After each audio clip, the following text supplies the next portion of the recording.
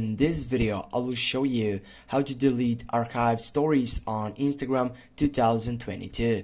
When you get up into that fiction, you need simply to join up right here onto your profile setup on your account. Then you need to go on the three dots on your right upper side. From here, as you can see, you have many different options. You need to choose up the second one, which is archive. Go click on that selection.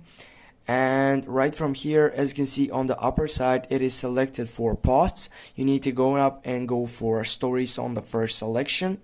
From here, you're gonna find out many different sites which are related and added to this archiving system on your story sites.